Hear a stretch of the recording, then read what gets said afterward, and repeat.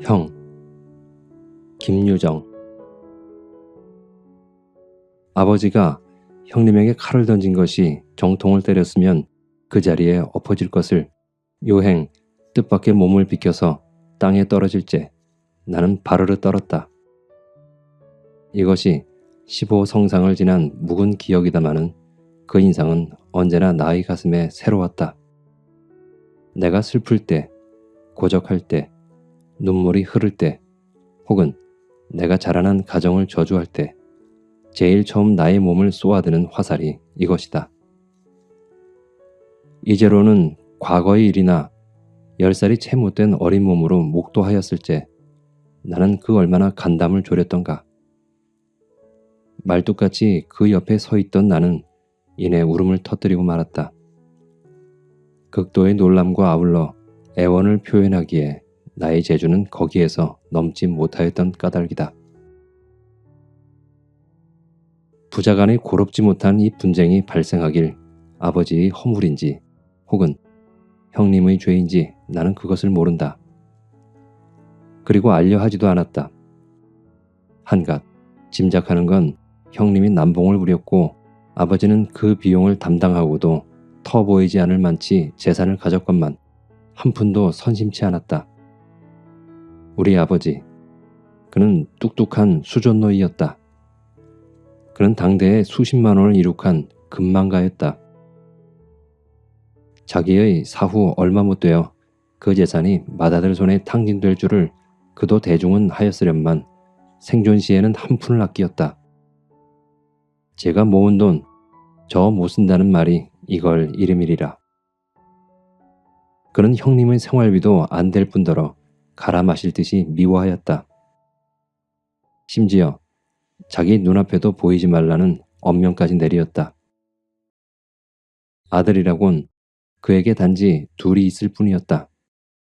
형님과 나.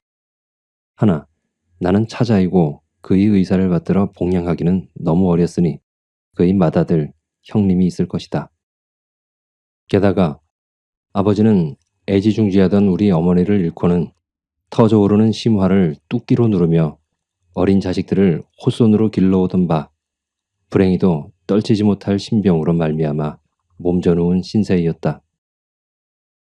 그는 가끔 나를 품에 안고는 어미를 잃은 자식이라고 눈물을 뿌리다가는 너희 형님은 대리를 꺾어 놓을 놈이야 하며 역정을 내고 하였다.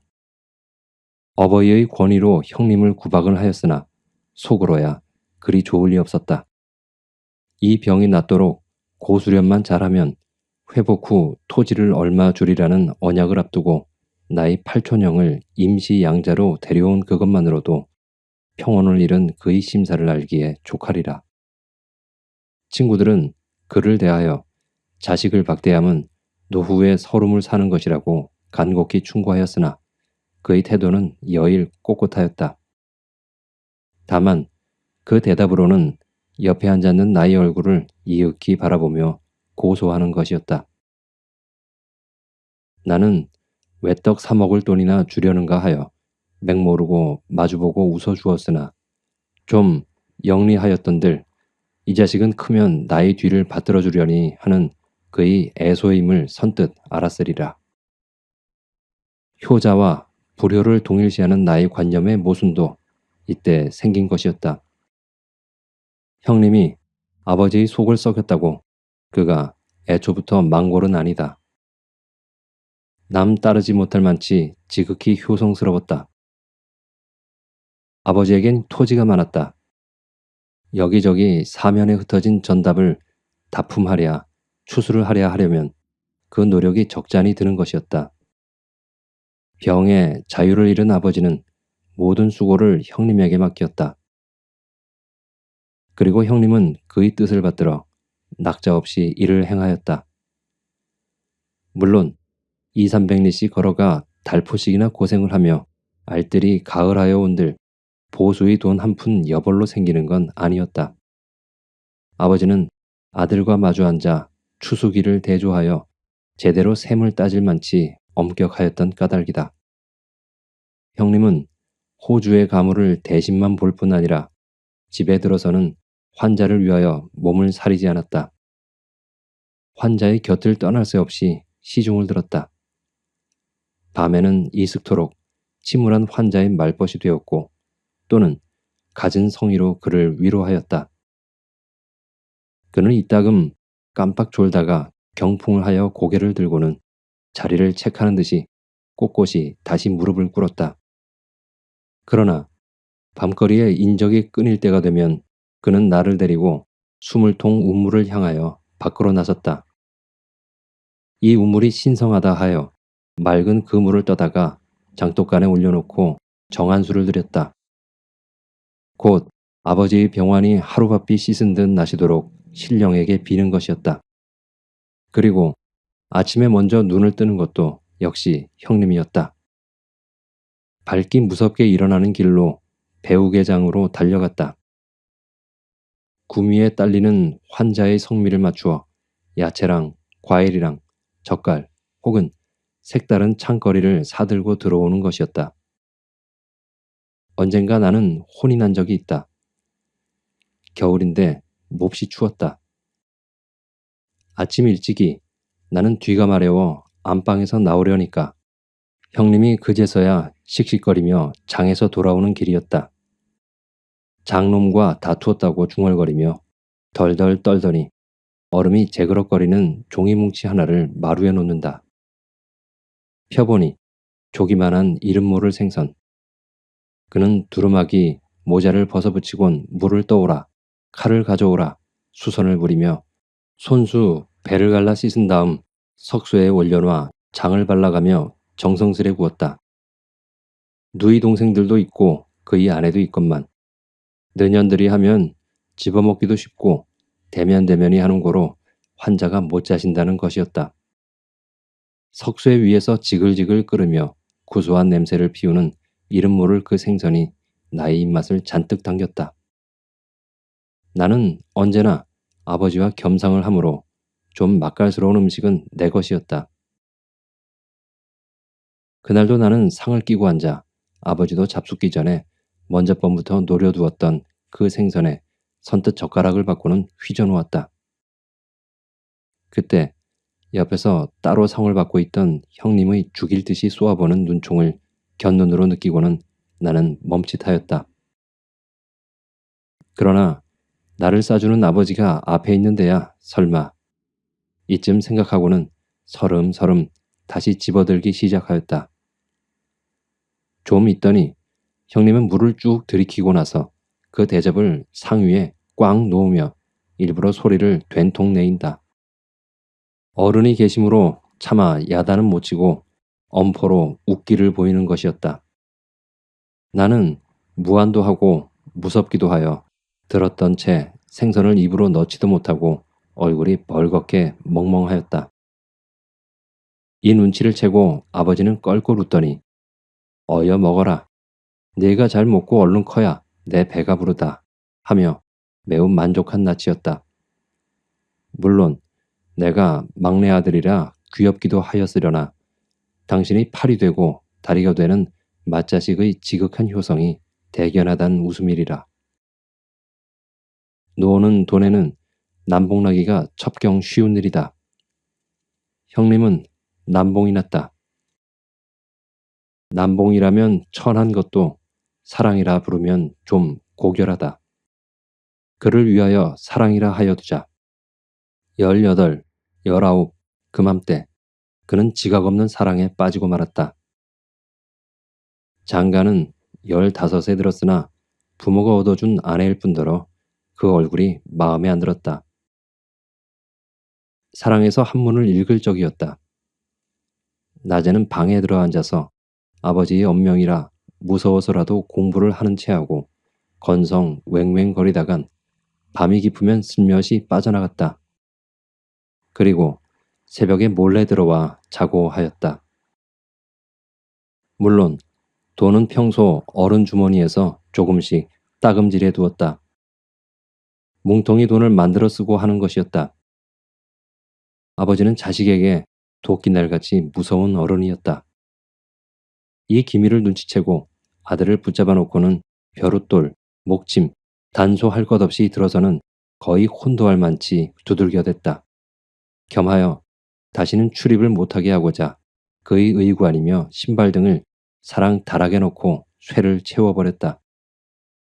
그래도 형님의 수단에는 교묘히 과거 옷을 꺼내 입고 며칠 동안 밤거리를 다시 돌 수 있었으나 사랑하는 어머니를 잃고 또 얼마 안 되어 아버지마저 병환에 들매 그럴 여유가 없었다. 밖으로는 아버지의 일을 대신 보랴, 안으로는 그의 병구안을 하랴 눈코 뜰 새 없이 자식된 도리를 다하니 문내에 없던 효자라고 칭찬이 자자하였다. 병화는 나를 따라 깊었다. 자리에 든 지 한 돌이 지나고 가랑잎은 또다시 부수수지니 환자도 간호인도 지리한 슬픔이 안 들 수 없었다. 그러자 하루는 형님이 자리 곁에 공손히 무릎을 꿇으며 아버님 하고 입을 열었다. 지금의 처는 사람이 미련하고 게다 시부모 섬길 줄 모르는 천친이 친정으로 돌려보내는 게 좋다. 그러니 아버지 병환을 위해서라도 어차피 다시 장가를 들겠다는 그 필요를 말하였다. 그때 아버지는 정색하여 아들의 낯을 다시 한번 훑어보더니 간단히 안 된다 하였다. 내가 살아있는 동안엔 안 된다 하였다. 아버지도 소시적에는 묻사랑에 몸을 헤였다마는 당신은 빠담뿡 하였으되 널랑은 바람풍 하라 하였다. 나중에서야 알았지만은 이때 벌써 형님은 어느 집 처녀와 슬며시 약혼을 해놓고 틈틈이 드나들었다. 아직 총각이라고 속이는 바람에 부자의 자식이렸다. 문벌 좋겠다. 대뜸 훌쩍 넘은 모양이었다. 그리고 성례를 독촉하니 어른의 승낙도 승낙이려니와 첫째, 돈이 없음에 형님은 몸이 달았다. 아버지는 자식을 사랑하였고 당신이 몸같이 부리긴 하였으나 돈에 들어선 아주 맑았다. 가용에 쓰는 일전 한 푼이라도 당신의 손을 거쳐서야 들고 났고 자식이라고 푼푼한 돈을 맡겨본 법이 없었다. 형님은 여기서 배심을 먹었다. 효성도 돈이 들어야 비로소 빛나는 듯 싶다. 이날로부터 나흘 동안이나 형님은 집에서 얼굴을 볼 수 없었다. 똥오줌까지 방에서 가려주는 자식이 옆을 떠나니 환자는 불편하여 가끔 화를 내었고 따라 어린 우리들은 미구의 불상사가 일 것을 기수채고 은근히 가슴을 검뜯었다. 닷새째 되던 날 어두운 무렵이었다. 나는 술이 취하여 비틀거리며 대문을 들어서는 형님을 보고는 이상히 놀랐다. 어른 앞에 그런 버릇은 연례에 보지 못한 까닭이었다. 환자는 큰 사랑에 있는데 그는 안방으로 들어가서 애가락 대가락하며 주정을 부린다. 그런 뒤 집안 식구들을 자기 앞에 모아놓고는 약주술이 카랑카랑한 대접에다가 손에 들었던 아편을 타는 것이다. 누이 동생들은 기겁을 하여 덤벼들어 그 약을 뺏으려 했으나 무지스러운 그 주먹을 당치 못하여 몇 번씩 얻어먹고는 울며 서서 뻔히 볼 뿐이었다. 술에다 약을 말짱히 풀어놓더니 그는 요강을 번쩍 들어 대청으로 던져서 요란히 하며 점잖이 아버지의 함자를 불렀다. 그리고 나는 너 때문에 아까운 청춘을 죽는다고 선언을 하고는 훌쩍 울었다. 전이면 두말 없이 도끼날에 횡사는 면치 못하리라마는 자유를 잃은 환자라 넘봤을 뿐더러 그 태도가 어른을 휘어잡을 맥이었다. 그러나 사랑에서도 문갑이 째지는지 째그럭 소리와 아울러 이놈 얼진 죽어라는 호령이 폭발하였다. 이 음성이 취한 그에게도 위험이 아직 남았는지 그는 눈을 둥글둥글 굴리고 있더니 나중에는 동생들을 하나씩 붙잡아 가지곤 두들겨주기 비롯하였다. 인연들, 너희들 죽이고 나서 내가 죽겠다고 이를 악물고 치니 울음소리는 집안을 뒤집는다. 어른이 귀여워하는 딸일 뿐 아니라 언제든 조용하길 원하는 환자에게 보복수단으로는 이만한 것이 다시 없으리라. 그리고 이제 생각하면 어른에게 행한 매끝을 우리들이 받았는지도 모른다. 매질에 누이들이 머리가 터지고 옷이 찢기고 하였다. 그는 상기하여 약오른 뱀눈이 되고 소리를 내이도록 신음하였다. 앙상한 가슴을 벌떡 이었다. 병마에 시달리는 서름도 컸거늘 그 중에 하나같이 믿었던 자식마저 잃고 보니 비장한 그 심사는 이루 헤아릴 수 없을 것이다. 눈물을 머금고 나의 손을 지그시 잡더니만 당신이 몸을 데려다 안방에 놓아달라고 애원 비스시 말하였다. 하지만 그러기에 나는 너무 조금했다. 형님에게 매맞을 생각을 하고 다만 떨 뿐이었다.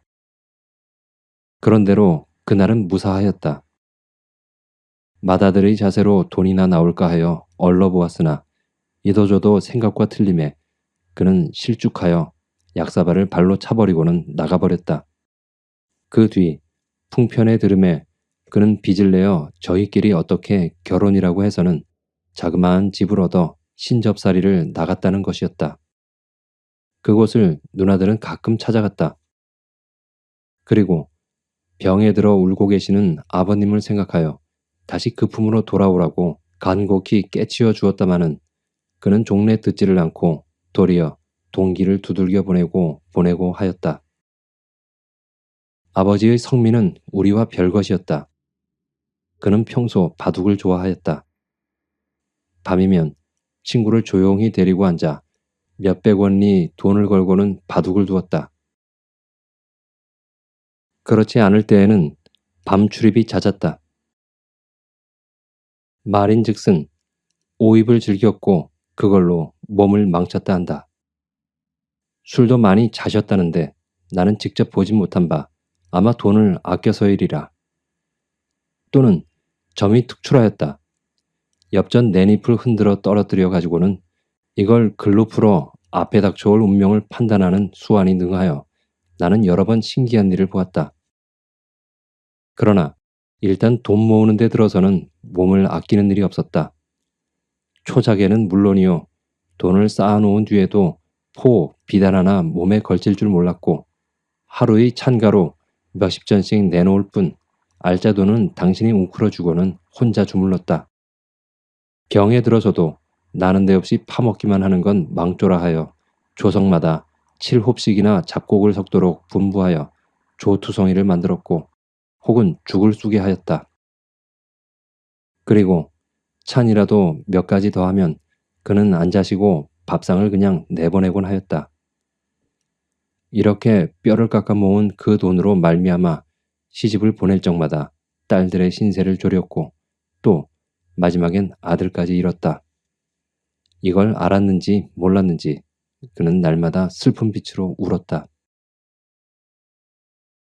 아들이 가끔 와서 겉으로 돌며 북새를 부리다 갈 적마다 들어놓은 채 야윈 주먹을 들어 공중을 내려치며 죽일 놈, 죽일 놈 하며 외마디 소리를 내었다. 따라 심화의 병은 날로 덧쳤다. 이러길 반해를 지나니 형님은 자기의 죄를 뉘우쳤는지 하루는 풀이 죽어서 왔다. 그리고 대접 하나를 손에서 내놓으며 병환의 신효한 보약이니 갖다 드리려 한다. 나는 그걸 받아 환자 앞에 놓으며 그 연유를 전하였다. 환자는 손에 들고 이윽히 보더니만 그놈이 날 먹고 죽으라고 독약을 타왔다 하며 그대로 요강에 쏟아버렸다. 이 말을 듣고 아들은 울며 돌아갔다. 이것이 보약인지 혹은 독약인지 여지껏 나는 모른다마는 형님이 환자 때문에 알벤자라 몇 마리를 우정 구하여 정성으로 고아온 것만은 사실이었다. 며칠 후 그는 죄진 낯으로 또다시 왔다. 부엌으로 들어가더니 부지깽이처럼 국달한 몽둥이를 몇 자로 다듬어서는 두 손에 공손히 모아주고 아버지 앞으로 갔다. 그러나 그 방에는 차마 못 들어가고 사랑방 문턱에 바싹 붙어서 머뭇거릴 따름이었다. 결국 그러다 울음이 터졌다. 아버님, 이 매로 저를 죽여 줍소서. 그리고 저희 죄를 사해 주소서 하며 애걸애걸 빌었다. 답은 없다. 10번을 하여도 20번을 하여도 아무 답이 없었다. 똑같은 소리를 외며 울며 불며 되기를 아마 1시간쯤이나 하였을 게다. 방에서 비로소 보기 싫다. 물러가거라 고 환자는 거푸지게 한마디로 끊는다. 그러나 형님은 울음으로 섰다가 울음으로 물러갈 밖에 도리가 없었다. 그는 다시 오지 않았다. 자식을 사랑하는 마음이야 뒤라고 없었으랴마는 하는 그 행동이 너무 괘씸하였고 치가 떨렸다. 복받치는 분심과 아울러 한 팔을 잃은 그 슬픔이 이때에 양자를 하게 된 동기가 되었다.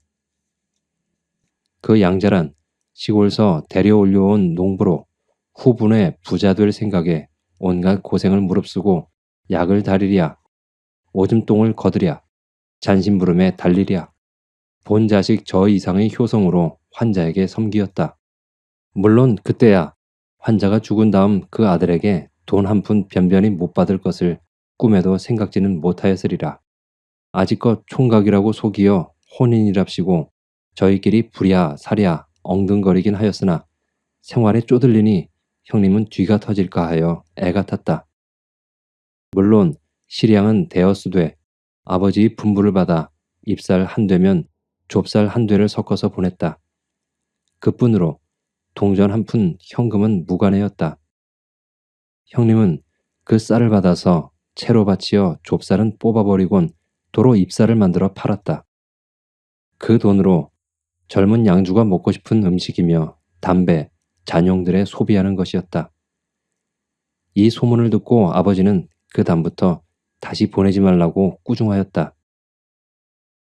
애비를 반역한 그 자식 괘씸한 품으로 따지면 당장 다리를 꺾어 놓을 것이나 그만이나마 하는 것도 당신이 아니면 어려울진데 항차 그놈이 무슨 호강에 그러랴 싶어서 대노한 모양이었다. 부자간 사륙전은 여기서 시작되었다. 밥줄이 끊어진 형님은 틈틈이 달려와서 나를 꿰었다. 단모퉁이로 끌고 가서 내 귀에다 입을 대고는 이따 외떡을 사줄 테니 아버지 주무시는 머리맡에 가서 가방을 슬며시 열고 저금 통장과 도장을 꺼내오라고 소곤거리는 것이었다. 그때 그는 의복이며 신색이 군기에 끼어 촐촐하였다. 부자의 자식커녕 구라방 친구로도 그 외양이 얼리지 못하였으니 마땅히 자기의 차지될 그 재산을 임의로 못하는 그 원한이야 이만저만 아니었으리라. 나는 그의 말대로 갖다주면 그는 거나하여 나의 머리를 뚜덕이며 데리고 가서는 외떡을 사주고 볼일을 다 본 통장과 도장은 도로 내놓으며 두었던 자리에 다시 몰래 갖다 두게 하였다. 그 외떡이란 기름하고 검 누른 바탕에 누비줄 몇 줄을 친 것인데 나는 그놈을 퍽 좋아했다. 그 맛에 들리어 종말에는 아버지에게 된통 혼이 났었다. 그 다음으로는 형님이 와서 누이 동생들을 족대기였다. 주먹을 들어 혹은 방망이를 들어 함부로 때려 울려놓고는 찬가로 몇 푼 타두었던 돈을 다급하게 갖고 가고 하였다. 그는 원래 불량한 성질이 있었다. 자기만 얼러달라고 날뛰는 사품에 우리들은 그 주먹에 여러 번 혹을 달았다. 양자로 하여 자기에게 마땅히 대물려야 할 그 재산이 귀떨어질까 어른을 미워하는 중 하물며 식량까지 품푼치 못함에 그는 독이 바짝 올랐다. 뜨거운 여름날이라 해질 임시하여 씩씩 땀을 흘리며 달려들었다. 환자는 안방에 들어누워 돌아가도 않고 뼈만 남은 산송장이 되어 해만 끄니 그를 간호하는 산 사람 따라 늘어질 지경이었다. 서슬이 시퍼렇게 들어오던 형님은 긴 병에 시달려 맥을 잃고는 마루 애들 모여 앉았던 우리 앞에 딱 서더니 도끼 눈으로 우리를 하나씩 훑어주고는 코웃음을 친다. 우리는 또 매맞을 징조를 보고는 오늘은 누가 먼저 만나 하여 속을 졸였다. 그는 불이 나게 부엌으로 들어갔다. 소뚜껑을 여는 소리가 나더니 너희들만 처먹니? 하는 호령과 함께 쨍그렁하고 쇠 부딪는 소리가 굉장하였다. 방에서는 이놈 하고 비장한 호령, 음울한 분위기에 쌓여오던 집안 공기는 일시에 활기를 띠었다. 이 소리에 형님은 기가 나서 뒷곁으로 달아나는 셋째 누이를 때려보자고 쫓아갔다. 어른에게 대한 노함, 혹은 어른을 속여서라도 넌짓넌짓이 자기에게 양식을 안 댔다는 죄목이었다. 누이는 쥐란을 한 바퀴 돌더니 할 일 없이 마루 위로 한숨에 뛰어올랐다. 방의 문을 열고 어른이 들어 누웠음에 제가 설마 여기야 하는 맥이나 형님은 거침없이 신발로 뛰어올라 그 허구리를 너더댓 번 차더니 꼬꾸라뜨렸다. 그리고는 인연들 혼자 먹어? 이렇게 어르자 그담 누님을 머리채를 잡고 마루 끝으로 자르르 끌고 와서 대돌 아래로 굴려버리니 자지러지는 울음소리에 귀가 놀랬다.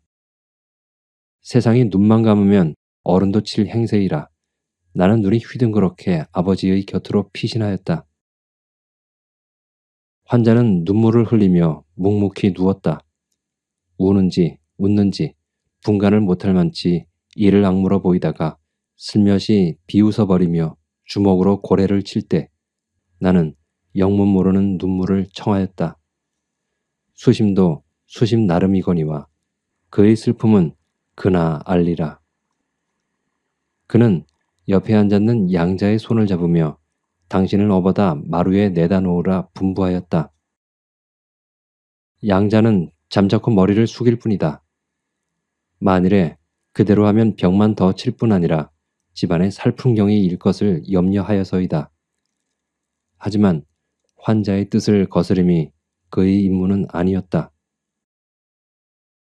제3 명령이 내릴 적엔 환자를 마지못하여 고의 다루며 마루 위에 업어다 놓으니 환자는 두 다리를 세우고 웅크리고 앉아서는 마당에 하회를 기다리고 우두커니 섰는 아들을 쏘아보았다. 이태 만에야 비로소 정면으로 대하는 그 아들이다.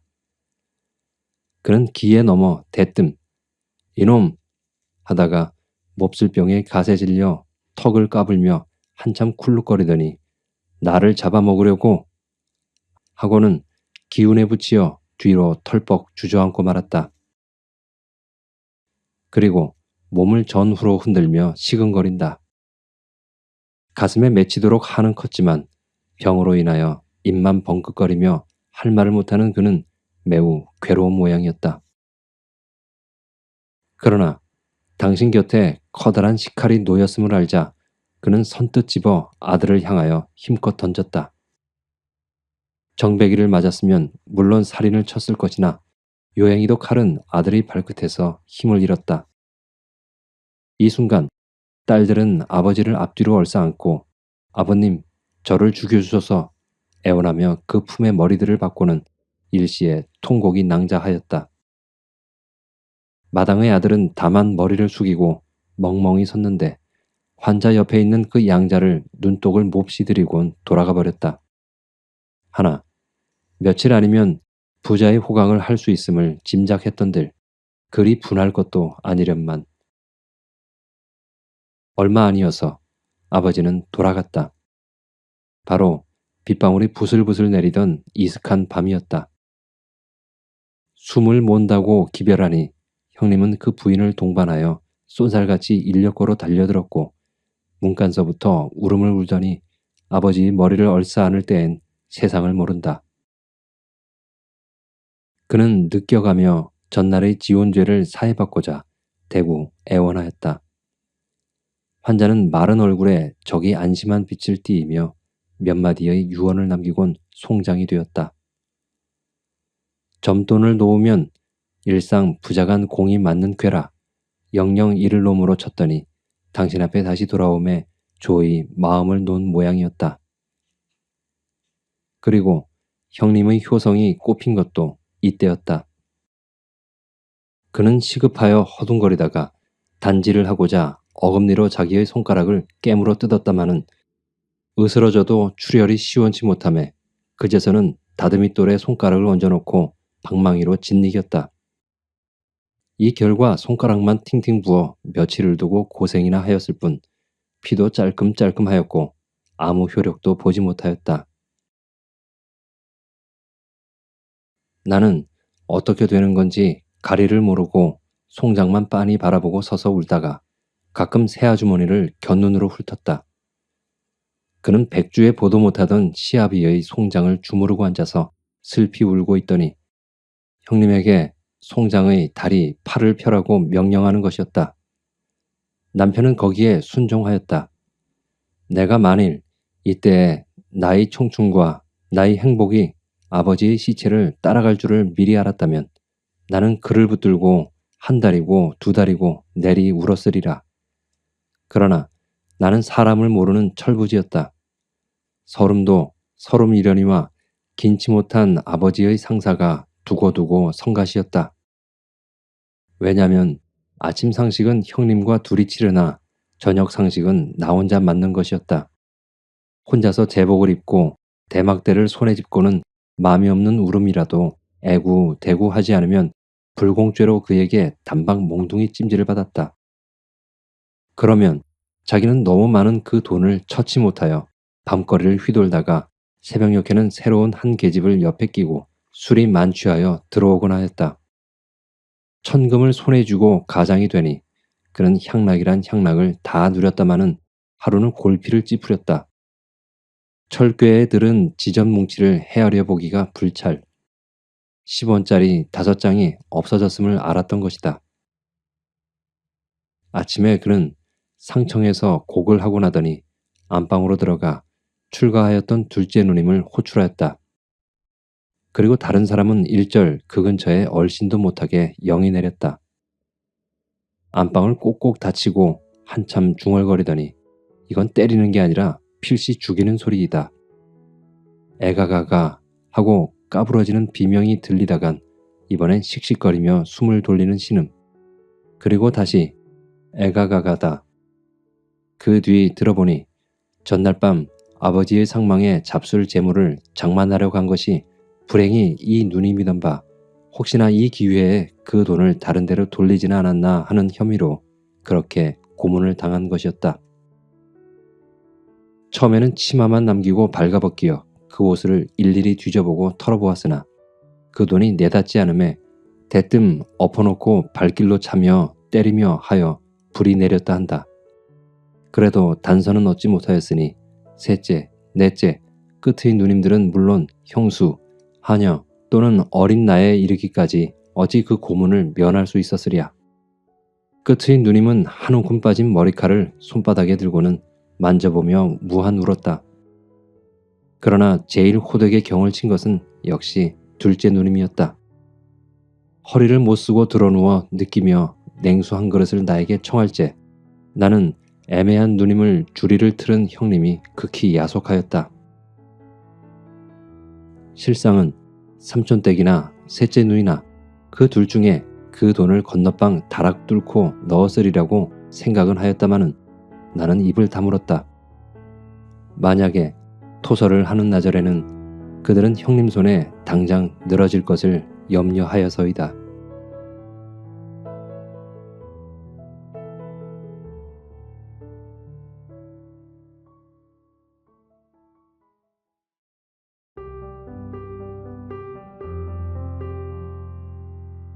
네, 여기까지입니다.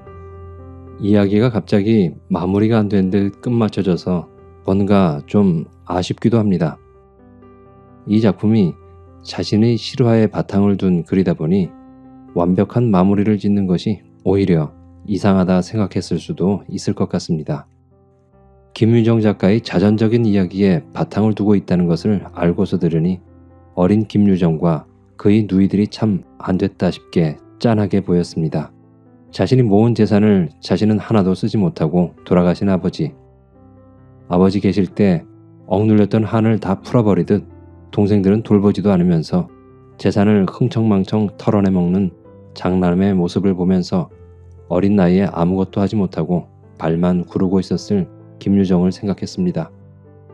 효자가 갑자기 불효자로 둔갑하고 집안에 칼이 오가는 그 아수라장 속에 있었을 어린 김유정 작가를 안아주고 싶다는 생각이 들었습니다.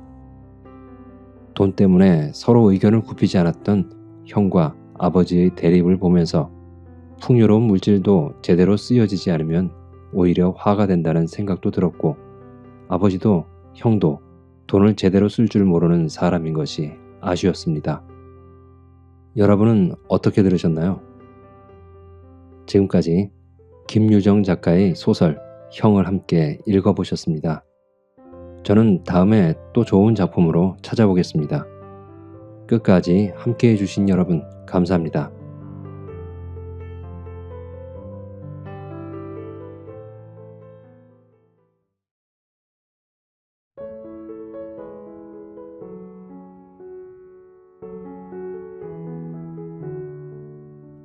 아씨와 안잠이 윤기정. 여보게 걔 있나? 새순물 좀 떠오게.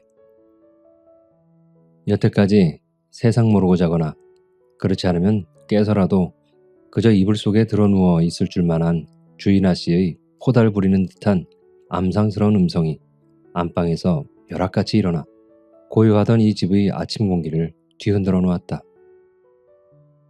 네, 바빠요. 새로 들어온 지 한 달쯤밖에 안 되는 노상 앳된 안잠자기가 바쁘던 주걱을 옹솥 안에다 그루박채 멈칫하고서 고개를 살짝 들어 부엌 창살을 향하고 소리를 지른다. 떠오고 나선 못 푸나? 어서 떠와. 잔소리 말고. 먼저보다도 더 한층 독살이 난 째지는 듯한 목소리였다. 어지간히 약이 오른 모양이다. 네, 곧 떠 들여가요. 젊은 안잠자기는 이렇게 대답하고 나서 바로 옹손 옆에 걸린 그리 크지 않은 가마솥 뚜껑을 밀쳐 연 다음 김이 무럭무럭 나는 더운 물을 한 바가지 듬뿍 떠가지고 부엌 문턱을 넘어설 때 슬며시 골이나 해가 일고 삼장해 똥구멍을 찌를 때까지 잘 적은 언제고 이렇게 물이 못 나게 재촉할 적은 언제고 하고 혼자 입 안으로 가만히 중얼거렸다.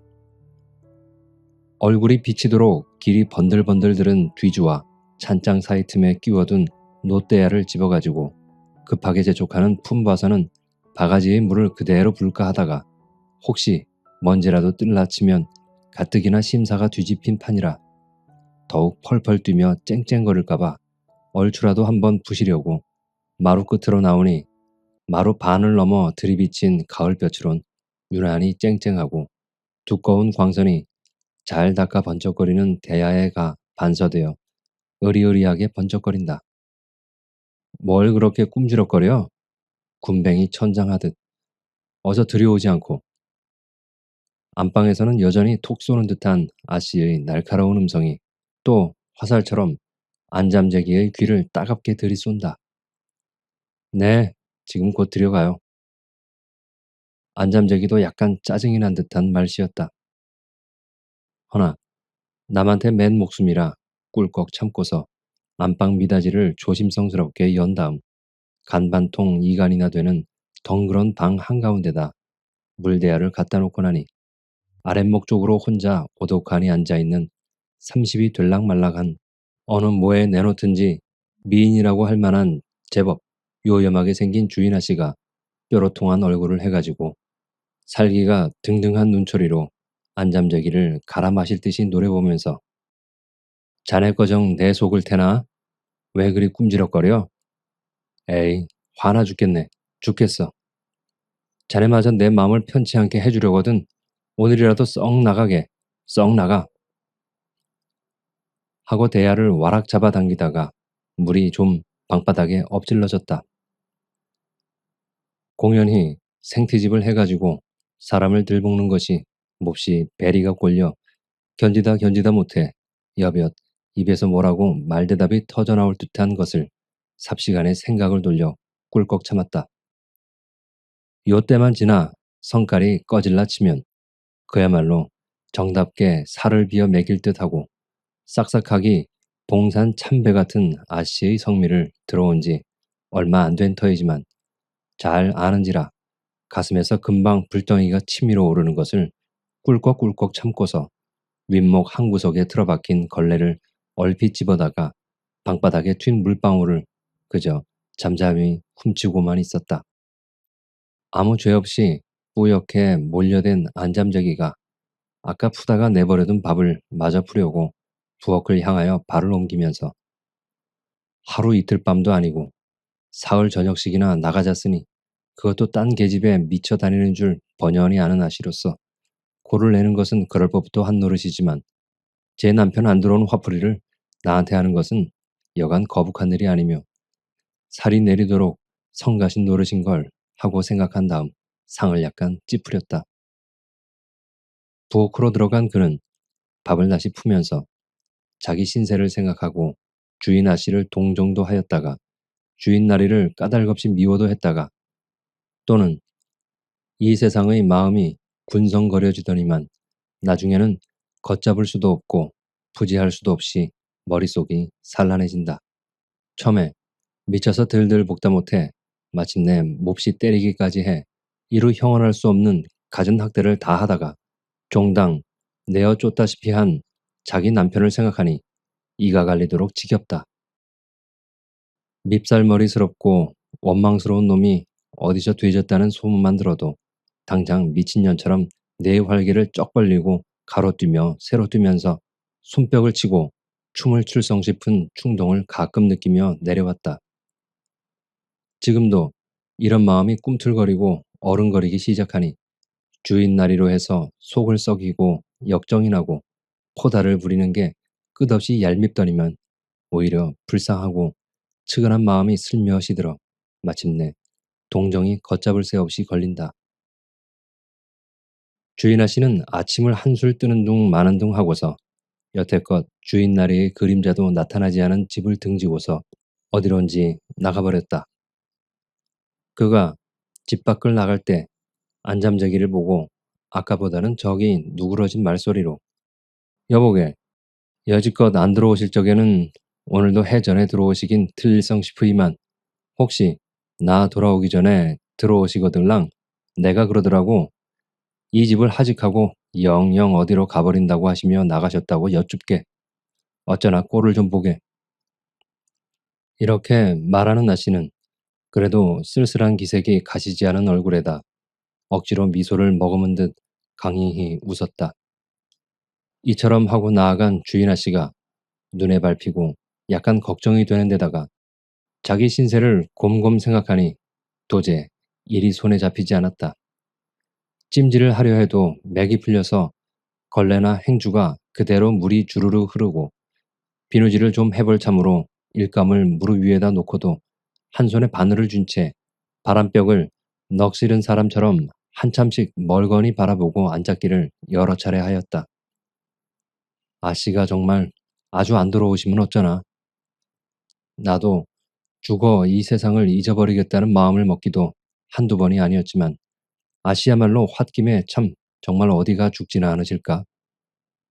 성질이 팔팔한 양반이라 앞뒤 일을 생각지 않고 그만 어느 물에 빠져 죽거나 어디 호젓한 산 같은 데로 올라가 목이라도 매달아 죽지 않을까. 이렇게 끔찍스러운 생각을 하다가 불시로 머리를 회회 내두르며 아냐 아냐 뭘 설마 죽기까지 하려고 그렇게 사람이 쉽게 죽으래선 내가 벌써 죽어 없어졌게. 아씨로 말하면 왜 부족해 죽어. 남만치 호강을 못하나 돈을 마음대로 못 쓰나 열의 한 가지라도 부족한 게 있어야 말이지. 옳지. 단지 30이 넘도록 남녀간에 아이를 하나도 낳아보지 못해 나리가 자식 본다고 이지마하게 공연히 바람이 나서 며칠씩 나가자는 것이 흠이라면 흠이고 탈이라면 탈이지. 그리고는 뭐 마음 상할 게 있어야 말이지. 또 그렇지. 나리가 남봉을 좀 부리기로 지금 같아서는 아씨를 내댈 것 같지도 않고 좀채로 구박할 것 같지도 않은데 공연히 아씨가 그 모양이야. 나는 여태껏 그만치 금실 좋은 내외는 처음 봤으니까. 그런데 괜히 아씨는 양광에 자드레기가 나서 이러니 저러니 하는 게야. 요렇게 재미가 깨가 쏟아지는 살림과 그처럼 위해주는 남편을 두고 죽기는 뭘 죽어. 아니 왜 죽어. 남이 죽이려고 들더라도 기쓰고 살려들 걸 뭐. 이렇게 한참 동안 입안으로 웅얼거리면서 여러 가지 생각을 이리저리 되술려 먹고 앉아있다. 대문이 찌걱하며 누가 들어오는 듯도 하고 또는 마당에서 사람의 발자국 소리가 나는 듯도 싶다. 얼마 안 가서 주인 나리가 마당에서 인기척을 내는 것 같다. 좀 재빠르게 건너방 쌍창 미닫이를 등 열고서 마당을 내다보았다. 허나 마당에는 이미 반해가 넘어서서 그늘 반, 양지짝 반이 뚜렷이 이층져 있을 뿐인데 오직 해에 비쳐 별처럼 반짝이는 무수한 모래알 뿐이다. 그는 가슴이 선뜩해 좀 급히 미닫이를 도로 닫았다. 전차를 타고 다니기는 했지만 한강철교로, 청량리로, 장충당 공원으로 그리고도 부족해서 남산공원까지 휘돌아 진종일 쏘다녔기 때문에 이제는 제법 기운도 없고 다리도 몹시 아프다. 안잠자기 혼자만 맡기고 나온 집안이 궁금하지 않은 바 아니지만 오늘 하루는 될 수 있는 대로 집 생각을 잊어버리고 좀 유쾌히 놀려고 애를 썼다. 해가 뉘엿뉘엿해 방금 서산을 넘으려는 이때까지 아침도 변변히 먹지 못한 사람이 물 한 모금 안 마시고 돌아다녔기 때문에 아무리 화에 들뜬 사람이기로 허터증과 기진맥진까지는 모르지만 어지간히 지친 모양을 자기 자신으로도 넉넉히 깨달을 수 있었다. 나날이 변해가는 대경성을 내리 굽어보며 산보하는 젊은 남녀가 쌍쌍이 몇 축인지 모르게 자기 앞을 지나칠 적마다 속마음으로 일변 부러운 듯 일변 암상을 내면서 지친 다리를 반쯤 끌며 예전 총독부 자리 앞을 지나 내려와 본정통으로 들어섰다. 다리도 아프거니와 시장기가 치밀어 올라 견딜 수 없어서 그 전에 남편과 자주 다니던 정유사 식당 안으로 아는 집 들어가듯 조금 더 서슴지 않고 쑥 들어서니 저녁때가 돼 그런지 좀채로 빈자리가 눈에 띄지 않는다. 그래 잠깐 멈칫하고 선 두 눈만 이리저리 굴리고 있으려니까 안내하는 사람이 가까이 오더니만 한 구석으로 인도를 한다. 그는 인도자의 뒤를 따라 꼭 한 자리 남아있는 곳에 가 털썩 주저앉고 말았다. 하얀 에이프런을 두른 시중 두는 소녀 하나가 앞에 와 서서 뭘 잡수시렵니까? 하고 공손히 묻는다. 정식, 양식이죠? 이번에는 그렇다는 뜻으로 고개만 약간 끄덕였다. 배가 어지간히 고팠던 그는 차례로 갖다 놓은 음식을 순식간에 개눈 감추듯 다 먹어 연해 빈 접시만을 만들어 놓곤 하였다.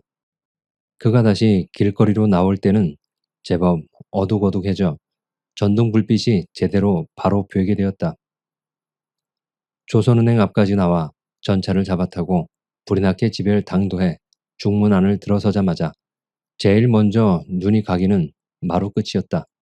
앞만 눈여겨 살펴보아도 나리의 구두는커녕 구두 그림자도 없는지라 미리부터 그러려니 짐작했으면서도 두 눈에 쌍심지가 벌컥 올라 째째한 목소리로 아니 그저 안 들어오셨나? 하고 벼락같이 고함을 친다. 네, 안 들어오셨어요. 건너방에 있던 안잠자기가 얼떨결에 대답하면서 마루 끝으로 나온다. 여보게, 난 저녁 먹었으니 자네나 어서 먹게. 그리고 혹시 나리가 밤늦게라도 들어오시거든 내가 아침에 나가 안 들어왔다고 여쭙게. 행여 지금 다녀 나갔다는 말은 하지 말고 아침에 이른 대로 꼭 그대로 여쭈어. 난 늦게나 그렇지 않으면 내일 들어올 테니 그리 알게.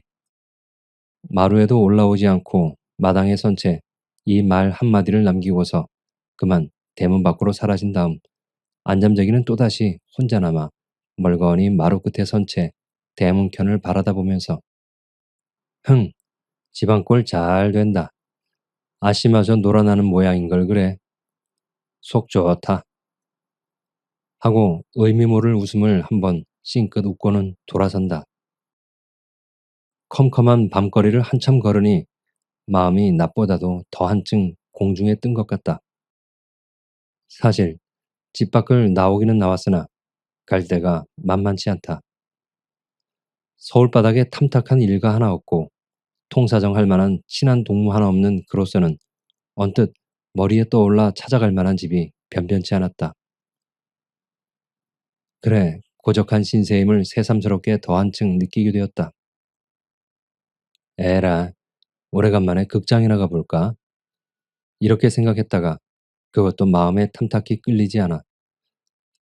가뜩 속에서 화가 치밀어 죽겠는데 무사람들이 와글와글 들끓는 극장에는 어떻게 가?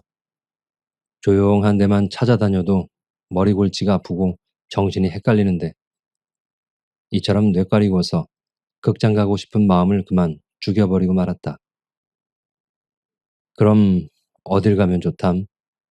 에라, 밤새도록 길로나 이렇게 헤매지. 흥, 지금쯤은 술이 거나하게 취해가지고 막 노닥거리겠다. 그리고 어느 년이든 끼고 누워서 잘 놀는지도 모르지. 이런 소리를 입안으로 가벼이 중얼거리면서 눈앞에 자기 남편이 얼굴도 뚜렷이 나타나지 않는 어느 계집과 서로 얼싸안고 뒹구는 꼴을 그려보다가 고개를 내흔들며 그 약오르는 그림자의 모습을 지워버리려고 애를 썼다.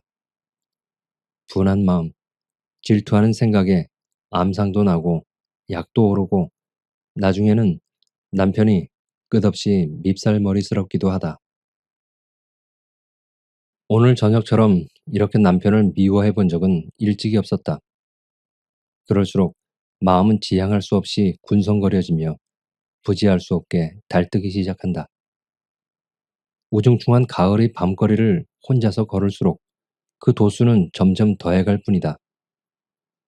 길 가는 생판 모르는 사나이라도 눈을 주기만 하면 자기도 선뜻 눈을 맞추고 싶은 일찍이 꿈에도 먹어보지 못하던 추잡한 마음이 어느 한 구석에서 고개를 들기 시작한다. 내가 미쳤나? 실성을 했나? 무슨 객적은 생각을 해? 아무리 남편이 딴 계집에 미쳤기로써니 이렇게 부르짖다시피 하며 먼저 먹은 온당치 못한 그 생각을 누르려고 애썼다. 허나 온당치 못하게 마음먹은 것을 짓누르려고 애써본 동안은 잠시였다.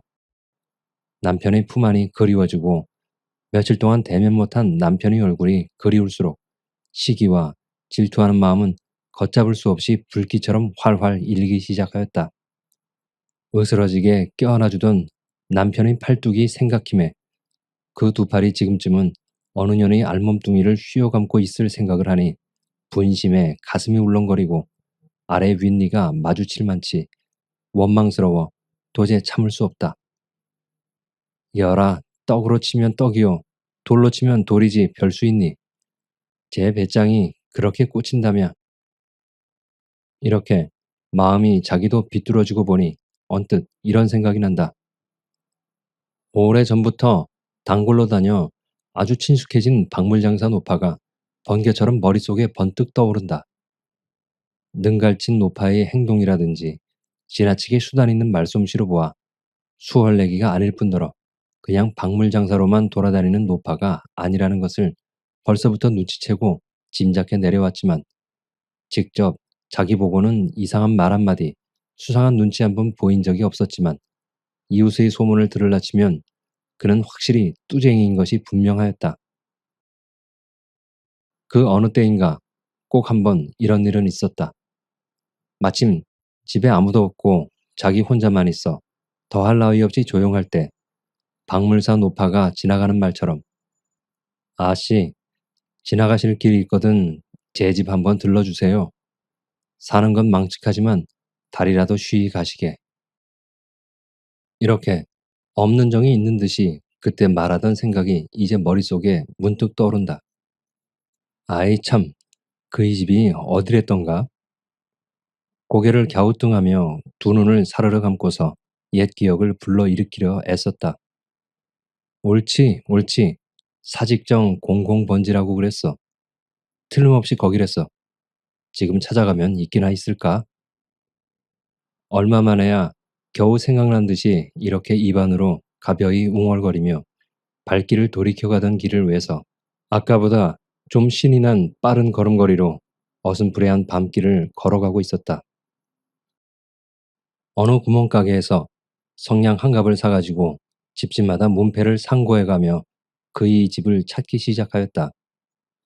번지가 순서 있게 내리맥혀 온 걸로 보아 대여섯 집만 더 가면 그 노파의 집이 되려니 하고 마음 먹고서 걸어가는데 그 집일 듯 성싶은 대문 앞에서 사람의 그림자 하나가 나타나 어른거리는데 남자는 아니고 여자임에 틀림없다. 아무리 자세 보아도 젊은이는 아니요 늙은이가 분명한데 더욱 거리가 가까울수록 노파인 것이 완연하다. 그이는 키가 큰 편인데 밤이 돼 저래 보이나 하고 마음먹으며 더 가까이 오기를 기다렸다. 얼굴 모습을 자세히 알아볼 만치 둘의 거리가 가까워지고 보니 자기 집에 다니는 그 노파보다도 더 늙고 게다가 키는 아주 땅딸보인 생판 딴 사람이었다. 그래서 어째 서운한지도 모르게 그저 서운한 생각이 들며 지나쳤다.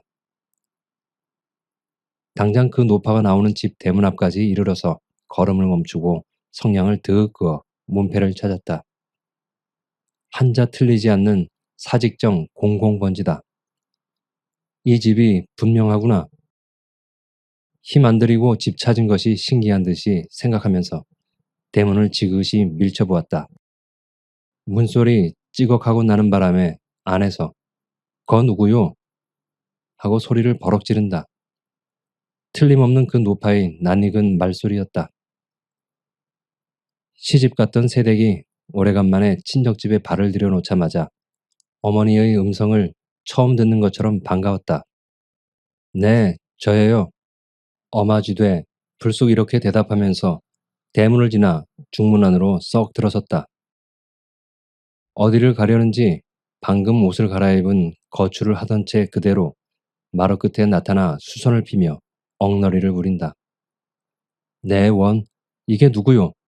이건 참 뜻밖이구려. 어서 이리 좀 올라오슈. 올라가도 괜찮습니까? 그렇지 않고 늙은이 두 양주만 사는 집에 어떻단 말이오. 아무 염려 말고 어서 이리 올라오슈. 그런데 대관절 이 밤중에 웬일이요? 그저 지낼 길에 들렀어요. 하면서 유난 다니던 사람처럼 조금 더 서슴지 않고 마루 위로 성큼 올라선다. 그래, 노파의 뒤를 따라 건너방으로 들어가 앉았다. 능청맞은 노파는 그의 말에 벌써 반 짐작은 하였다. 이 밤중에 생전 와보지도 않던 집을 궁극스리 찾고 찾아서 올 적에는 무슨 심상치 않은 일로 해서 말하자면 여자로서 흔히 화나는 일로 말미암아 들뜬 마음을 저로서도 걷잡지 못하고 이 늙은 것을 찾아온 것이 분명하다 생각한 다음 함정에 제 발로 기어 들어오다시피 한 짐승을 놓치지 않으리라고 정신을 바짝 차리는 한편 또한 자기의 짐작이 10분 자신 있는 듯이 뭐 화나는 일이 있는 게지 하고 노파의 하는 말이 바로 가슴 정통을 알관역 맞추듯이 덜컥 들이마치는지라 정신이 오싹할 만치 선뜩하면서도 자기가 이미 마음먹은 오늘 하룻밤을 긴장된 가운데 마음을 조이며 그래도 자기 남편한테 맛보지 못하는 느긋한 쾌락과 아기자기한 기쁨을 맛보게 되는 노파의 이상한 눈치와 허튼 수작이 오히려 반가웠다. 화는 무슨 화요? 그저 놀러 왔죠. 이렇게 대답하는 것이 얼떨결에 나와 자기 집에도 몹시 어색하게 들렸다. 그리고 다시금 생각해보니 먼저 자기의 한 말과 외착이 나는 것을 깨달았다. 먼저는 그저 지낼 길에 들렀다고 했는데 지금은 놀러 왔다고 했으니 암만 해도 선우가 동떨어지므로 노파의 기색을 넌지시 살폈다. 아니나 다를까 능구렁이 다 된 눈치 빠른 노파는 되레 이편 거동을 흘기 쳐다보더니 벌써 그만하면 다 짐작해 알아차렸다는 듯이 주름 잡힌 앞모습과 눈언저리에 의미 있는 미소를 띄우며 아유, 그러면 마침 잘 됐수. 여기서는 재미나게 같이 놀 사람도 없고 또 잘된 일이 하나 있는 것은 내가 지금 옷을 갈아입고 막 나가려는 판인데 이렇게 뜻밖의 찾아와 누가 지시한 것처럼 마침 만나게 된 것은 아마 이것도 인연인가 보니 두 말 말고 날 따라 나수. 어디로요? 가보면 알지 뭐. 지금 막 누가 와서 부탁하게 어디 가서 누구든 하나 데리고 부탁하고 간 이 집으로 갈 작정이었소. 헌데 천만 뜻밖의 임자가 하늘에서 선녀가 하강하듯이 때마침 찾아온 것은 암만 생각해도 오늘 밤에 어느 누구와 연분인 듯 싶으니 두 말 말고 날 따라 나서우. 참, 잠깐만 기다리유. 내 안방에 들어가서 갈아입던 옷을 마저 깡그리고 나올게. 노상 얼굴에 만족한 웃음을 감추지 못하다가 이런 말을 남겨놓고 안방으로 건너갔다. 안방에선 영감쟁이의 말소리가 두런두런 난다. 얼마 지낸 뒤 둘이서 좀 컴컴한 그 집 대문간을 나올 때 뒤에선 노파가 아마 나리가 속을 좀 썩이는 게지 하고 불쑥 묻는 말에 뭐라고 대답을 해야만 좋을지 얼핏 말이 잘 안 나와 그만 말문이 막히고 말았다. 젊은이들이란 체격 쉬운 일입니다. 노파는 자기 말에 아무 대꾸가 없으니까 잼쳐 이번에는 혼잣말처럼 이렇고 저렇고들 하는 것이 남녀간에 젊어서 한때 의뢰할 짓이라는 듯이 웅얼댄다. 그러나 노파의 그 음축맞은 말이 자기 귀에 조금치나 거슬리거나 불쾌하게 들리지 않는다. 오히려 구수하게 들릴 뿐이었다. 그래, 잠잠히 노파의 뒤를 따르기도 하고 혹은 나란히 서서 아까 모르는 집을 찾아 더듬어 오던 길을 천천히 걸어가고 있었다. 꼬불꼬불해 몹시 조잡한 골목을 이리저리 아로새겨서 어느 다 쓰러져가는 초가집 대문 앞에 당도해가지고 노파는 여보, 날만 따라 들어오 하며 자기 집 들어가듯 조금도 서슴지 않고 대문 안으로 쏙 들어선다. 행랑방을 아랫방처럼 꾸민 문간방 덧문이 슬며시 열리며 아우님이요? 이리 들어오슈. 퍽 속하게 오시는구려.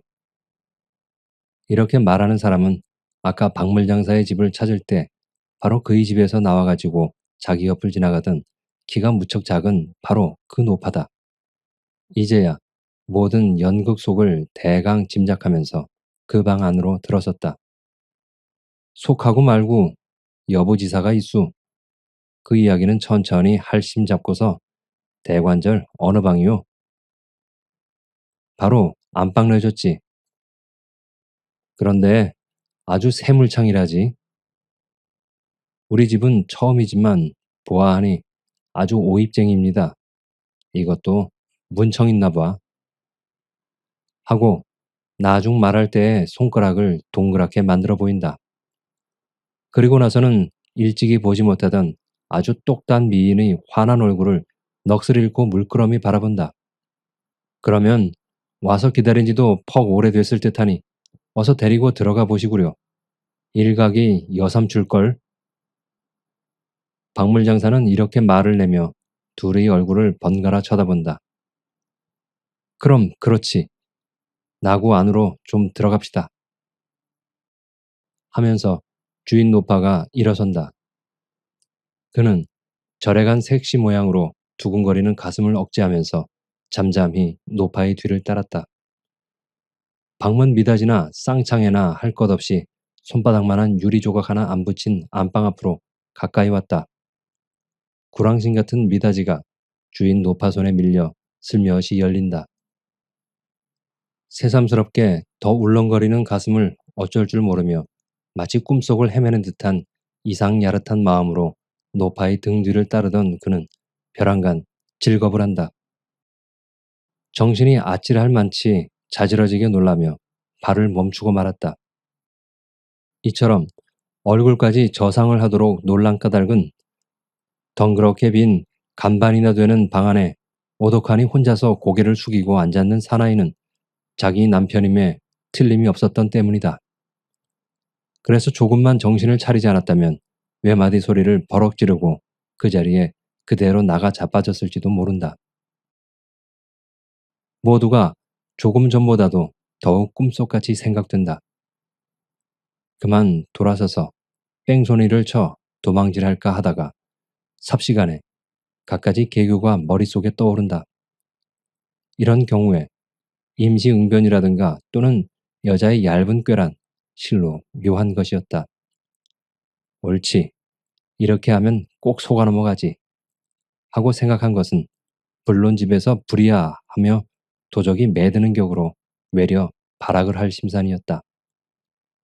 뒤집어 흥으로 아니 여보 째지는 듯한 여자의 날카로운 음성이 죽은 듯이 고요하던 방 안의 공기를 보기 좋게 뒤흔들어 놓자 어떻게 생긴 여자가 들어올까 하고 호기심에 끌려 마음 졸이면서 앉아있던 방 안의 사나이는 째째한 여자 음성에 깜짝 놀라 고개를 번쩍 들어 방문 쪽을 바라보매 또 한 번 잼쳐 놀라지 않을 수 없었다. 금시로 얼굴빛이 해쓱해지며 저기 당황해 어쩔 줄 모르는 모양이 완연하다. 흥, 좋소. 이따위 짓 하느라고 사흘 나흘씩 집에 들어오는 것도 잊어버렸구려. 참 장하우. 내가 그 집을 잘도 찾아갔지. 뭐 키든가 봐. 사나이는 더 생각할 나위도 없이 며칠 동안을 자기가 집에 안 들어가니까 지랄 발광을 하다 못해 저 극성이 지금 자기가 여기 있는 줄을 어떻게든 수소문해가지고 자기 부정한 행실을 꼭 잡으려고 연극을 꾸며가지고서 막 들이치는 줄로만 알았다. 여보, 제발 창피하니 고정하고서 그만 집으로 같이 갑시다. 모두가 남 부끄러운 일이니. 무엇이 어쩌고 어째요? 남 부끄러운 줄을 다 아는 양반이 이런 더러운 짓을 하려고. 나를 남의 계집으로만 여기고 데리고 자구려. 이렇게 하면서 나는 남의 계집보다 뭐 날 거 있수? 사내가 아주 한풀 주고 흠씬 누그러지는 바람에 이쪽에선 반자야 얌다고 한층 더 뛴다. 주인 노파는 어쩐 영문인지 전혀 알지 못해 어안이 벙벙한 낯을 해가지고 얼빠진 사람처럼 그들 옆에 멀거니 서서 있을 뿐 아랫방에 홀로 남아있던 박물장사는 벼랑간 안방에서 떠들썩하는 바람에 앞마당으로 난 창문을 방긋 열고서 귀를 기울여 자세히 들으니 암만 해도 심상치 않은 일이 일어난 것이라고 마음 먹혀짐에 어쩐지 잠시도 머물러 있기가 겁이나 그만 꽁무니 뺄 생각이 불현듯 난다. 옳지. 바로 사내로구나. 남편이 남의 개집에 눈을 떠가지고 눈 오는 날 개 싸다니듯 하니까 오늘 저녁엔 꼭 붙들어 볼 작정으로 산외 뒤를 밟아 이 집 앞까지 쫓아와서 동정을 살피다가 주인 마누라가 우리 집에 오는 그 뒤를 따라와가지고 밖에서 그의 돌아가기를 기다리다가 그의 발뒤꿈치 뜨기가 무섭게 우리 집으로 들어온 게나 아닌가? 그럴런지도 말과 생전 와보지도 않던 집을 뜻밖에 찾아온 것은 필요, 곡절한 일이야. 그리고 그처럼 순순히 뒤를 따라온 것만 보더라도 제 사내를 꼭 한번 붙들어 보려는 계교였어. 틀림없이 그런 노릇이야. 에이, 무서워라. 돈 몇 푼 얻어먹으려고 여기 있다가는 늙은 게 제 명예 못 죽게. 자식도 없는 년이 뼈도 못 추리게. 여기까지 생각하고 보니 등골에서 진땀이 흐르며 금시로 앞이 더 캄캄해져 더 있을래 더 있을 수 없어 슬며시 일어나 대문간 쪽으로 난 덧문을 소리 없이 열고 나와 발소리를 될 수 있는 대로 죽여가며 가만 대문 밖으로 나가버렸다. 사내를 앞세우고 마치 개선장군이나 된 것처럼 의기양양하게 그래도 얼굴 한 구석에는 여지껏 독살이 꺼지지 않은 채 꽤 이슥해진 밤거리를 걷고 있었다.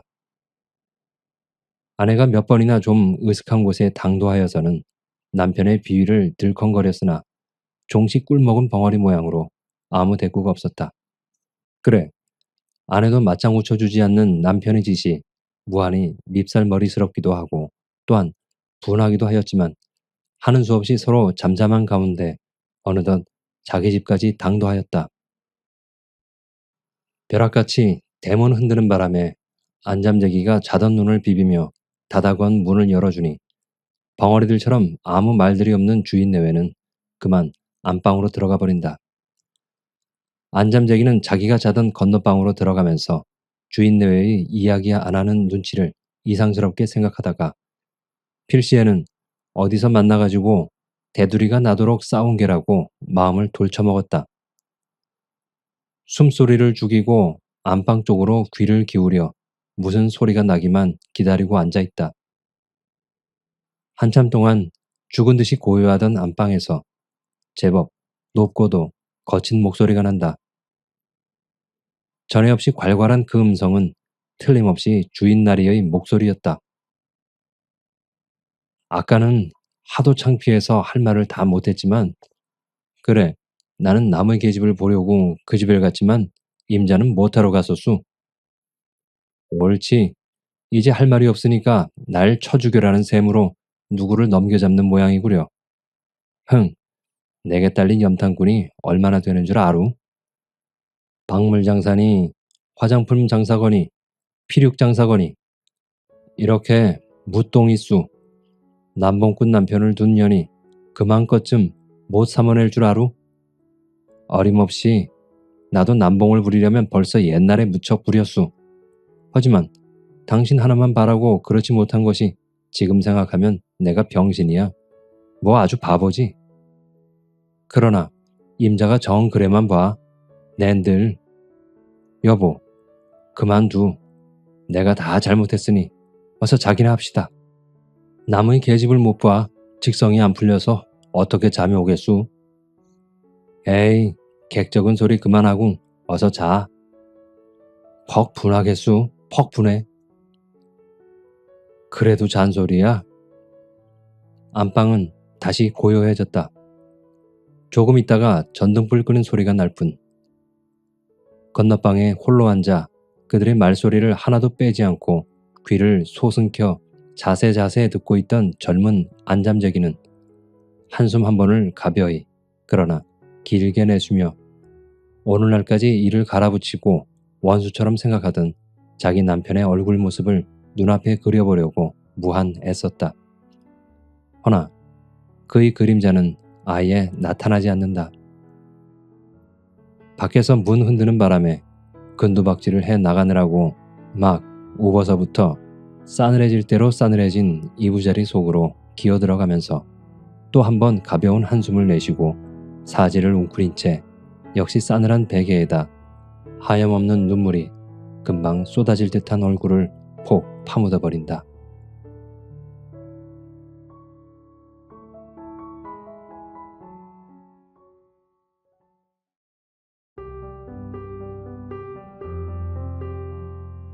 재밌게 들으셨나요? 아씨는 남편이 바깥으로만 돌아다니는 문제로 소가리를 하다가 분한 마음에 자신도 남편처럼 놀아버리라 마음을 먹었죠. 그런데 이게 웬일? 밤새 놀아버리라 하고 찾아간 곳에 남편이 다른 여자를 기다리고 있다니요. 이런 묘한 상황에서 맞닥뜨린 아씨와 남편입니다.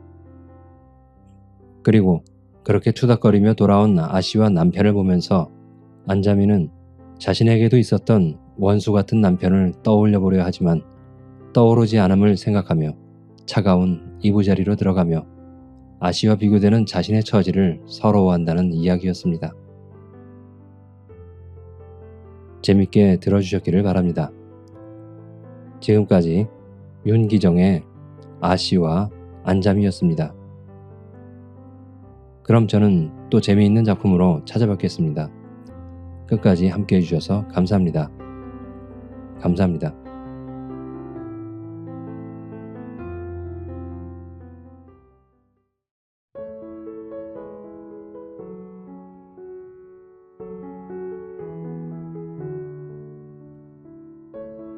서투른 도둑 현진건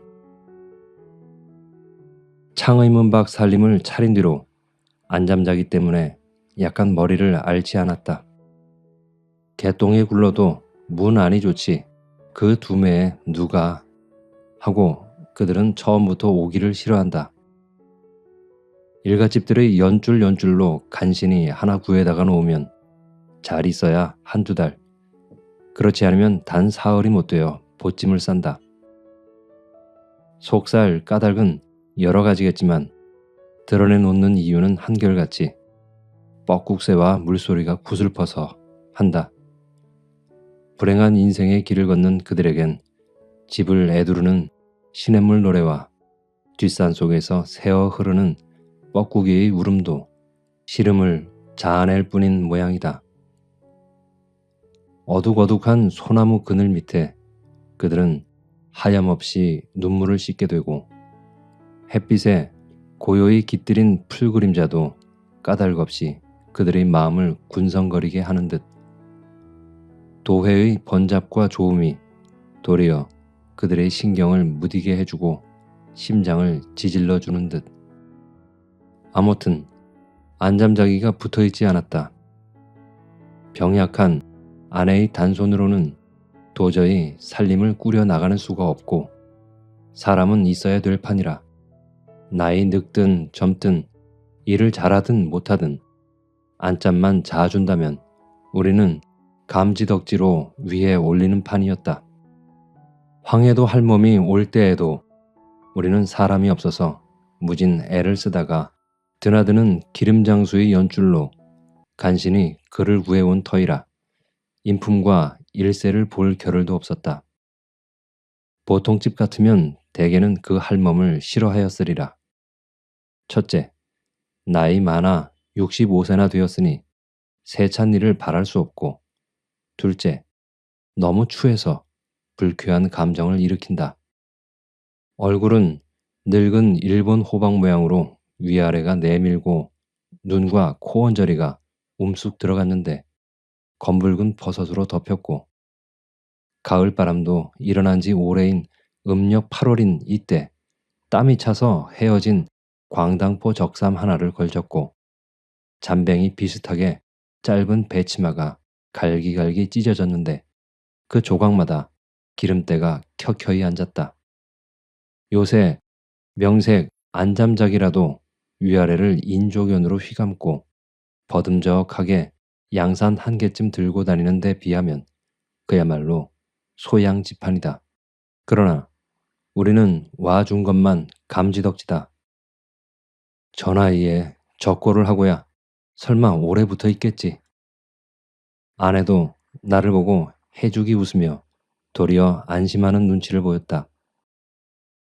아내의 전하는 말을 들으면 그 할멈은 황해도 안악 사람으로 농토를 빼앗기고 살 길이 없어 아들 부부만 제 시골에 쳤들이고 저는 13살 먹이 손자 하나를 대불고 벌이 곳을 찾아 걸어서 서울을 올라왔다. 공덕리를 중심으로 한 기름장사의 틈에 끼어 3원이란 전 1000냥을 들여 장사를 시작해 보았으나 처음 일이라 단골도 없고 모든 일에 서툴러서 미천조차 깝살려버리고 필경 남의 집에나 살아보자고 나섰더니 그나마 뜻같이 되지 않아 오늘날까지 동향의 기름장사꾼의 신세를 입다가 우리 집에 오게 되었다 한다. 하루 이틀은 무사히 지나갔다.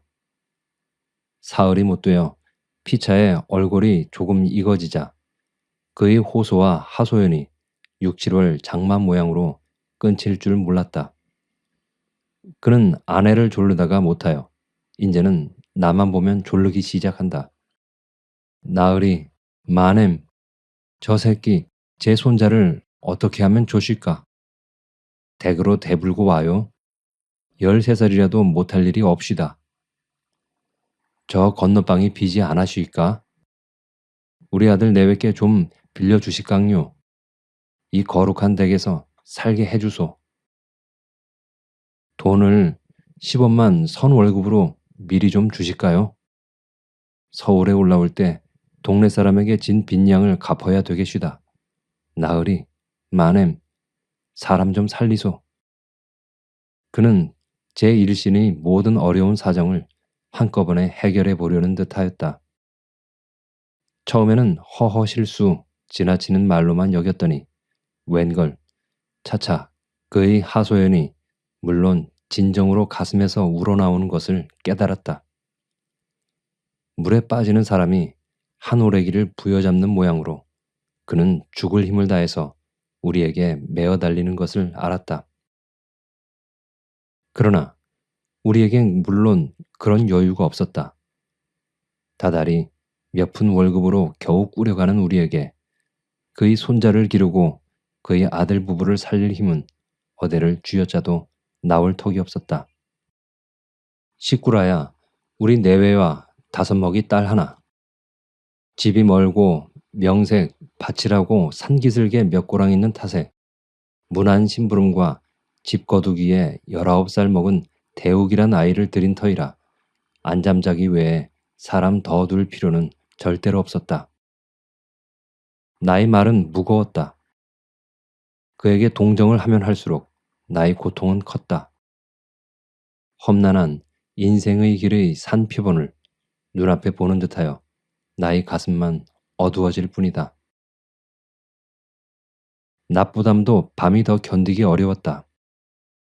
낮에는 나도 집에 붙어있지 않거니와 자기도 일이 바쁘니 졸을 겨를이 없으되 밤엔 저녁을 먹고 앉으면 그의 애원은 쉴 새 없이 나의 귀를 울리고 머리를 들먹인다. 두 방의 불떼기가 어려워서 장지로 막은 안방에 우리는 아랫간에 자고 그는 윗간에 자니 한 방이나 진배가 없었다.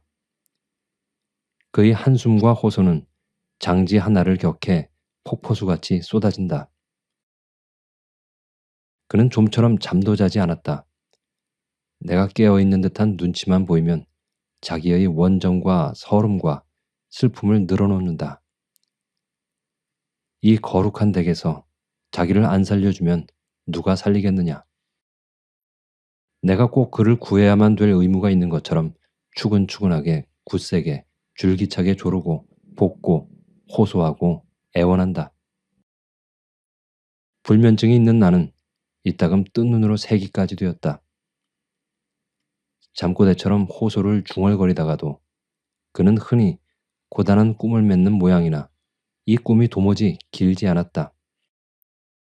높던 숨소리는 이내 깊은 한숨으로 변한다. 그렇다. 그것은 정말 깊은 한숨이다. 바닷속 깊이 파도가 이는 모양으로 우후후 하는 처량한 울림을 낸다.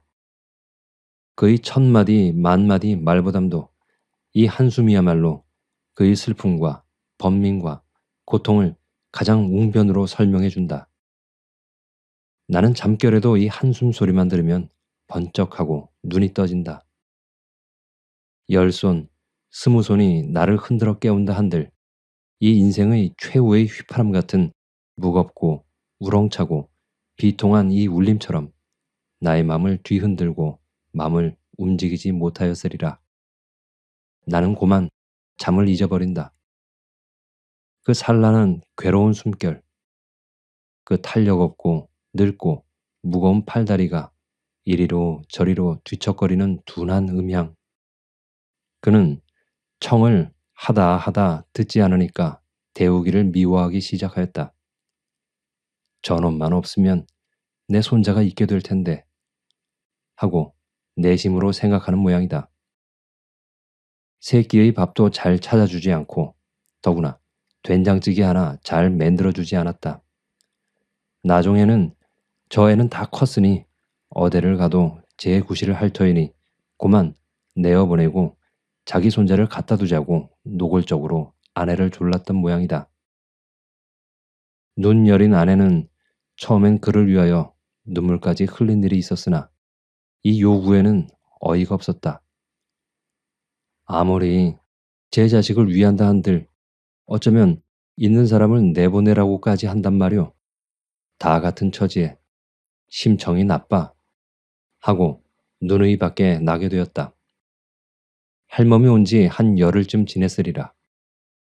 그는 내일쯤 제 손자를 찾아보고 나오겠다고 청했다. 우리는 물론 허락하였다. 오늘 낮쯤 갈 터인데 오늘 아침에 생긴 일이다.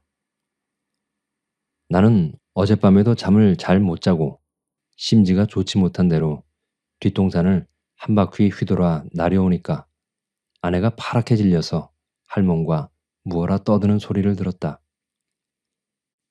그 사단은 이러하다. 할멈이 일어나 나간 뒤로 아내가 나가보니 마룻바닥에 쌀낯이 흩어져 있었다. 밥살을 내다가 떨어뜨린 것인가 하였더니 자세히 살펴보니 마루로부터 뜰로, 뜰로부터 운물 가는 길로 쌀이 줄을 그은 것처럼 흘러 있었다. 하도 이상해서 할멈들을 쫓아가 보니까 그의 걷는 대로 쌀이 줄줄 흘러내린 것을 발견하였다. 필경, 할멈의 품속에 쌀을 감추어둔 것이 발견되었다 한다. 그는 헌털뱅이 전에 하나를 주어서 쌀을 불룩하게 집어넣어 가지고 가슴 밑에 찼는데 전대의 구멍이 뚫어져서 그의 걷는 대로 쌀이 흐르게 된 것이었다. 나는 그대로 출근했다가 저녁 때 돌아와서 할멈을 물었더니 그는 품속에서 훔친 쌀을 도로 내어놓고 백배 사죄하며 제 손자한테로 갔다 한다. 손버릇이 나쁘니 물론 집에 둘 수가 없어서 날짜를 따서 월급을 주어서 아주 보내고 말았다 한다. 우리가 한번 이야기를 하고 있노라니까 대우기가 뒷간에 갔다가 나오더니 쌩글싱글 웃으면서 우리 앞에 동전 3푼을 내어놓는다. 그 도정년이 이걸 뒷간에 내어놓고 갔어요. 파출소에 끌고 간다고 했더니 아마 겁이 난 게지요. 어린애가 갖고 놀던 동전까지 다 훔치고 망할 년 같으니.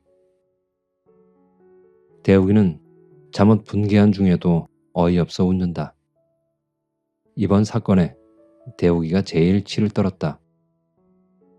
고지식한 그는 그런 짓을 하니까 없는 사람이 대접을 못 받는다고 펄펄 뛰면서 할멈을 맞대해 놓고 욕지거리를 하며 징역을 살린다고 울림장을 놓았다 한다.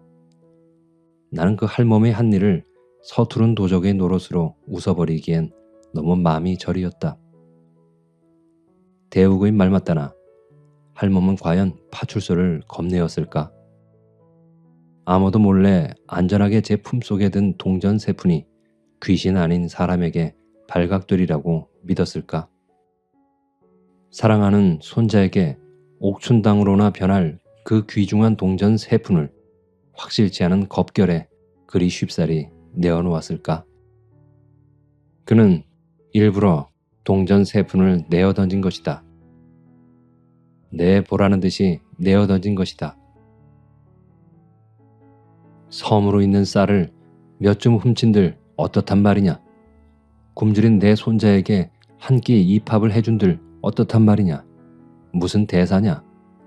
품속에 넣은 쌀까지 우벼 뺏는 알뜰한 요것들아. 이 동전 3푼이나마 마저 받아라. 그리고 잘 살아라. 맘속으로 외치며 이 동전을 던진 것이다. 우리의 얼굴을 향해서, 심장을 향해 이 동전 3푼을 후려갈긴 것이다.